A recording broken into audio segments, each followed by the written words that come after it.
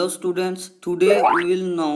all about the strategic planning to get 45 or 40 plus marks in the board examination of life science 10th class. तो आज आम कौन जानवा को भाया आम 50 मार्क रु लाइफ साइंस 50 मार्क रु 45 कि 40 प्लस मार्क आम पाइपर। तो से स्ट्राटेजी आज आम डिस्कसन करवा ऑल अबाउट द स्ट्राटेजी है।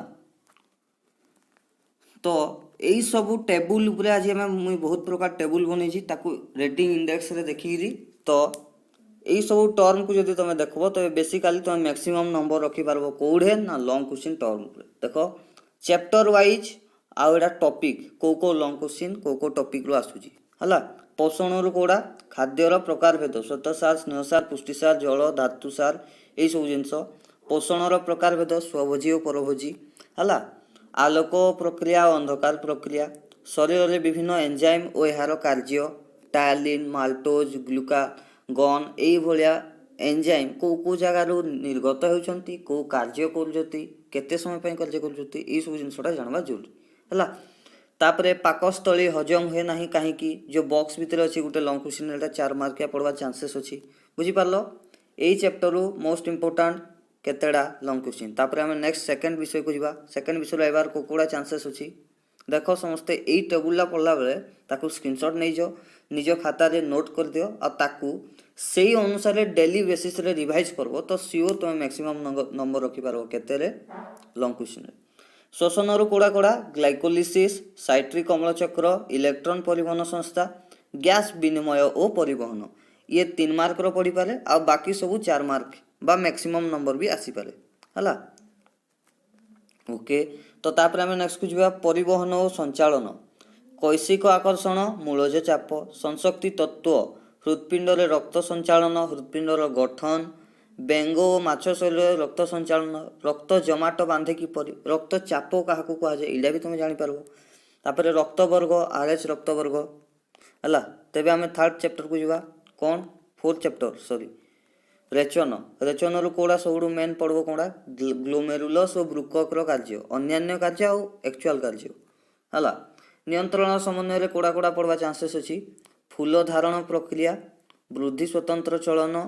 मस्तिष्कर गठन प्रकार भेद मस्तिष्कर गठन माने माने तार कार्य को भाया केते भाग रे विभक्त अर्ध मस्तिष्क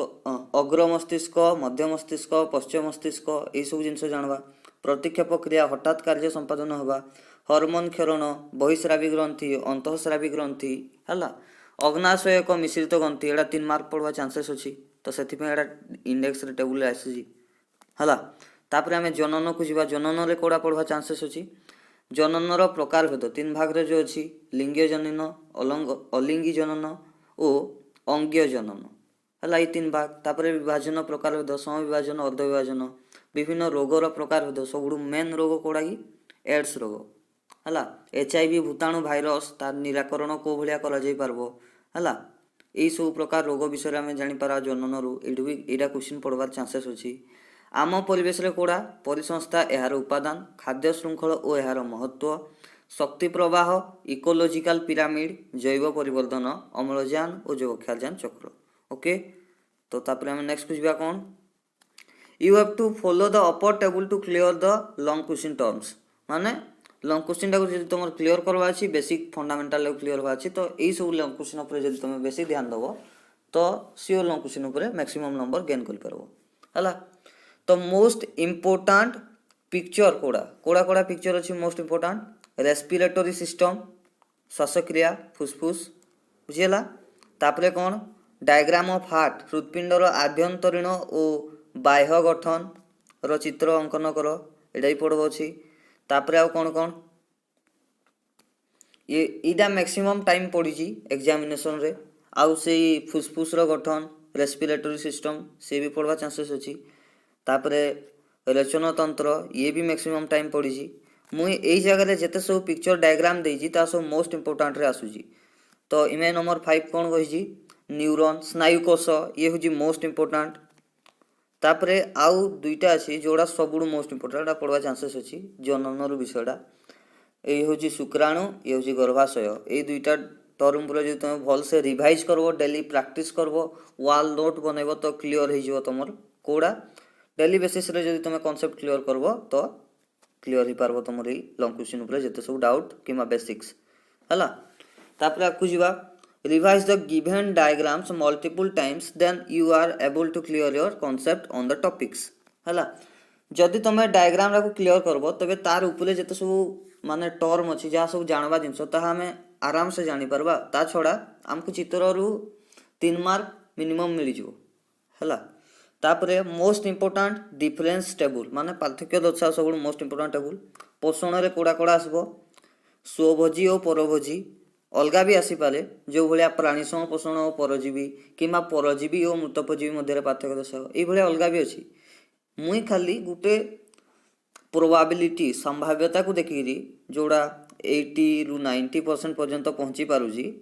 ताकू प्रोबेबिलिटी को नेगिरी एक स्ट्रेटजी डाइडा बनेछि तो समस्त क्लियर हो पारलो एइठु भी अनेक गुरे पार्थक्य दर्शाओ डिराइव हो पारबो किमा बाहरी पारबो श्वसन रु कोड़ा पढ़वा जरूरी इधे मात्र दुईटा अछि कोड़ा कोड़ा निश्वास प्रश्वास मध्य पार्थक्य दर्शाओ ओ वायु अपजीवी और वायु उपजीवी मध्य पार्थक्य दर्शाओ परिवहन और संचालन रे नाई ना रेचन रे भी नाई ना हला नियंत्रण समन्वय रे अछि कोन आलोकानुवर्तन जानुवर्तन बा अनुकूल आलोकानुवर्तन प्रतिकूल आलोकानुवर्तन बा अनुकूल जानुवर्तन बा प्रतिकूल जानुवर्तन ए भलिया ए गुटे क्वेश्चन 3 प्रकार क्वेश्चन डिराइव हेई पारबो तापरे एंजाइम ओ हार्मोन बहिस्रावी ओ अंतस्रावी मध्य पार्थक्य दर्शाओ ए भलिया तीनटा अछि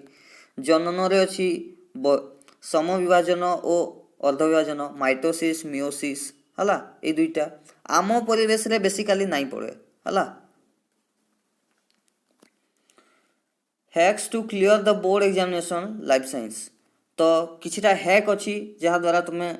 सीरियसली जानि पारबो जे को भलिया लॉन्ग क्वेश्चन को टर्म रो आउची को स्ट्रेटजी नले तुमे क्लियर ही पारबो revise the term and topics जोड़ा 2 मार्क के अछि किबा मैक्सिमम नंबर रखुजी से टॉपिक गुडा को भल से ध्यान दियो तार डेफिनेशन गुडा को मन रखो revise the definition that contains 3 marks और मैक्सिमम 4 एंड 5 मार्क्स जोड़ा 3-4 मार्क रखुजी से टॉपिक गुडा को डेफिनेशन आ सब क्लियर करो हला remember the examples of the topics जो टॉपिक जो डेफिनेशन ऊपर पढु जो तार किछि एग्जांपल अछि ताकू क्लियर करो हला ताकू मन रखो जेहेतु तमे जदी आकू जीवो तो उदाहरण तुमको हाफ मार्क भी मिलवा चांसेस अछि हला तो आकू जीवा 4 नंबर हैक कोन कहिजी also revise the previous year question for basic clearance and clarity समस्ते मन रखो सबुडु अधिका रिवाइज आ निजर एबिलिटी को बढ़ेबा लागि सबु बेले प्रीवियस ईयर क्वेश्चन को ध्यान रे रखिगिरी निजर एई जो स्ट्रेटजी डा मुई देजी ताकू फॉलो करबो हला समस्त previous year question long question पाई पारबो शॉर्ट क्वेश्चन पाइबो शॉर्ट क्वेश्चन सबुडु अधिका पाई पारबो तो एइडा को समस्त भल से रिवाइज करबो हले तुमे श्योर क्रैक करि पारबो कोडा ना बोर्ड एग्जामिनेशन हला आउ प्रीवियस ईयर क्वेश्चन डा को तुमे जदी सॉल्व करबो हले तुमे जानि पारबो को पोर्शन रु को भलिया क्वेश्चन आसुजी को भलिया क्वेश्चन चेंज होउजी किबा हेई क्वेश्चन को भलिया अलगा एंगल रु बदले गिर दउजी हला तापरे 5 नंबर होजी find softwares and check yourself software माने आमे वर्तमान में गूगल ले बहुत सर्च मारी गिरी इंटरनेट रु भी आमे क्वेश्चन डाउनलोड करि पारबा क्वेश्चन डाउनलोड करि पारबो पीडीएफ ला डाउनलोड करि गिरी निजे निजे तार सॉल्व करि पारबो क्वेश्चन जदी नहीं पारजो सॉफ्टवेयर रे अपने आप आंसर तो दउजी ना तो समस्त सॉफ्टवेयर भी सर्च करि पारबो या तो तुमे प्रीवियस ईयर क्वेश्चन को सर्च करि पारबो या तो सॉफ्टवेयर को तो जदी तुम पाखरे गाइड नहीं ना तो तुम सॉफ्टवेयर यूज कर पारबो जदी गाइड अछि तो आराम से तुम प्रीवियस ईयर क्वेश्चन को नेगिरी क्लियर ही पारबो निजर क्वेश्चन ऊपर डाउट थिबार तो आज हमें लास्ट एडा थिला हमर स्ट्रेटजी रो एडा सब लास्ट पॉइंट थिला ओके समस्ते जहाँ सब पढ़ेली ताकू पॉज कर दियो ताकू स्क्रीनशॉट नहीं जो निजर खाता रे टिपी रखो आउ ताकू डेली बेसिस रिवाइज करो हेई स्ट्रेटजी जाकू फॉलो करी तुम क्लियर ही पारबो क्वेश्चन हला follow the upper rules then you can definitely crack the exam life science हला तो students stay tune for the next upcoming video आउ जदि का को प्रीवियस वीडियो रो प्लेलिस्ट दरकार कि वीडियो दरकार तो तुम डिस्क्रिप्शन बॉक्स रे पाई पारबो okay so students stay tune for the next upcoming video.